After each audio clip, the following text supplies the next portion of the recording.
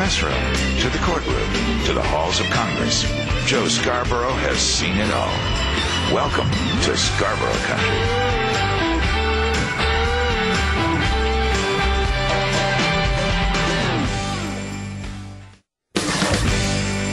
Welcome back. There were big developments today in the fight to allow military recruiters access to college campuses. The Supreme Court decided that schools taking federal money had to allow military recruiters on campus.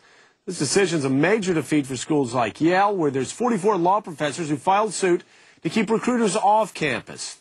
That's, of course, the same campus that's opened its arms to a former spokesman for the Taliban. With me now to talk about today's developments and also the Yale issue, we've got Kent Greenfeld. He's a law professor at Boston College, and he's the president of the Forum for Academic and Institutional Rights. We also have Yale law professor William Eskridge, and we also have Flagg Youngblood.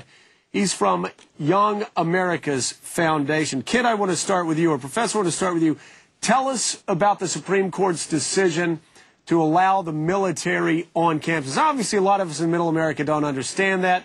We think you all should embrace the U.S. military, but explain to me what issues you had in mind when you filed this lawsuit. Right. What we were doing, we're fighting for the rights of all of our students to serve the military, serve their country, regardless of their sexual orientation. And obviously we lost today, but this was just a skirmish in a larger civil rights battle that I think we will win.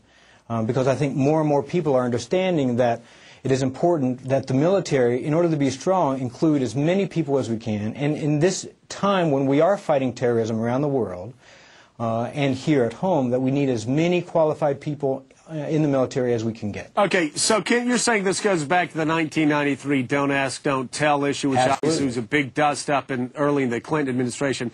But I thought that Ivy League schools and elite institutions like the one that you belong to have a lot of students have been fighting to keep ROTC and military recruiters off since the Vietnam era. Well, that's not what this case is about at all. This case is about a fight against discrimination. And law schools have said, we do not want to help the military discriminate against our own students. And that's what this case is about. And if Don't Ask, Don't Tell went away, our protest would go away. So, Kent, though, it seems to me like you all have reached a dead end. If you've got the Solomon Amendment, which Congress passed, and now you've got the United States Supreme Court saying that the Solomon Amendment's constitutional, where do you go from here? Well, I think we move our focus to the underlying core problem, and that's Don't Ask, Don't Tell, the discrimination against gays and lesbians in the military. And there's a bill in the House with over 100 co-sponsors now that is trying to end Don't Ask, Don't Tell. And I think that our attention will probably now focus toward the congressional efforts. On the congressional side, legislative side. Professor Eskridge, let me bring you in here. I've obviously been talking about Yale. New York Times ran a big article on this Taliban spokesman that was admitted into your college. A lot of Americans tonight are asking, how could two-thirds of the law professors at Yale oppose U.S. military recruiters on campus, and yet this is the same institution that embraces a guy who is a spokesman for the Taliban? Can you explain that to us? Well, Joe, it's not quite right to say that Yale Law School doesn't allow the military on campus. In fact, I was part of a group that invited the military on campus. Faculty members can do that, and the law school will give them rooms and will accommodate them. The military showed up, and they defended their policy in response to questions from the students. About a year after that, we had a colloquium where one of the architects of the 1993 policy explained the policy and explained the criticisms of the policy. So the military actually is on the Yale campus, and indeed there are military students on the Yale campus and veterans on the Yale campus. All right. And they're embraced Professor, by the Yale Law School. Let's narrow down this issue for a second. Are you suggesting that this issue also is about the Don't Ask, Don't Tell issue and not just about the military recruiting soldiers on Yale's campus? It's about the right of universities and professors to dissent from a policy which is essentially indefensible. Even the architects of the 1993 policy find it hard to defend today. It's expensive. It's not supported by most military personnel. It's not supported by most of the American people. It's been breached in the current Iraq war, where openly gay and lesbian soldiers are sent into combat by the current administration. It's a very hard to defend policy, and the law schools since the 1980s and the 1990s have been persistent critics of that policy.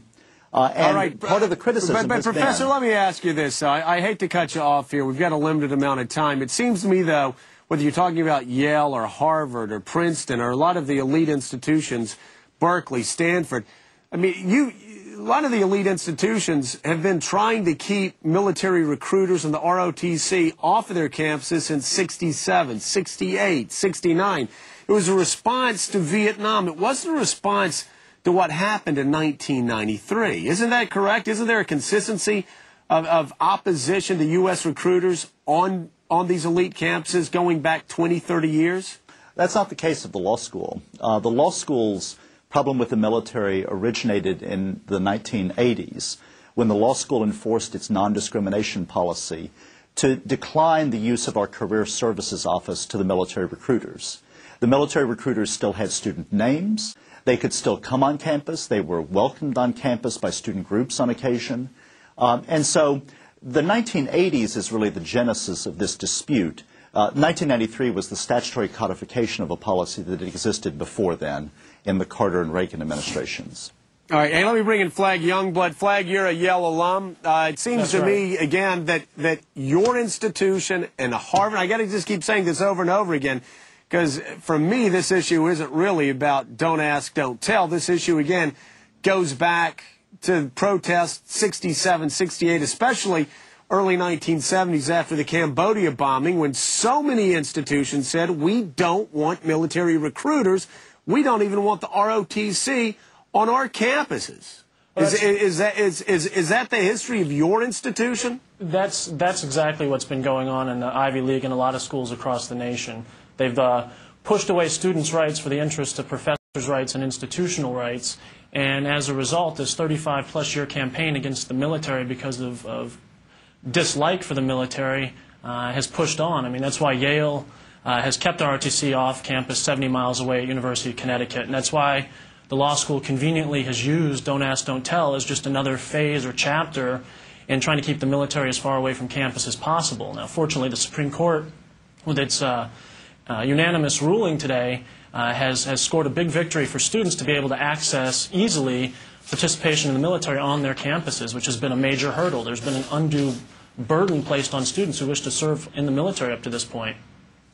You know, Flagg, I don't want to oversimplify this. Our banner says Taliban yes, military no. But for a lot of Americans, I mean, that's what they're looking at when they read the New York Times and see that a spokesman for the Taliban is admitted into Yale.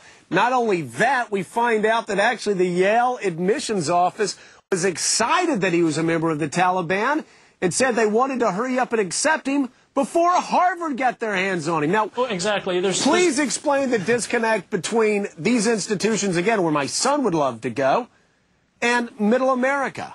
Well, the disconnect is pretty simple. There's a huge bias, in my opinion, in Yale's part and other institutions like Yale. They would sooner embrace our enemies than embrace those that defend our freedoms. I mean, I'd like to remind America that it's soldiers and not professors that grant us freedom of speech by standing on the front lines of freedom.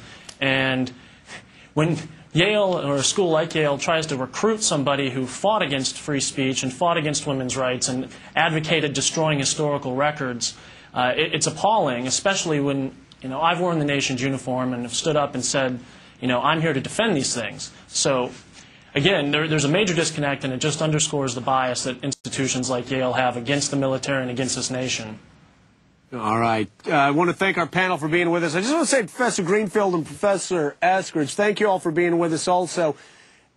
For me, and I think for a lot of Americans observing this, it doesn't seem to be about gays in the military. I suspect that that issue will be resolved someday fairly soon. And when it is resolved, I believe, like Flagg believes, that maybe not these same two professors, maybe this is the issue that matters to them the most. But other professors will step forward and find another reason to push the ROTC off campus, another reason to stop U.S. military recruiters from going onto campus.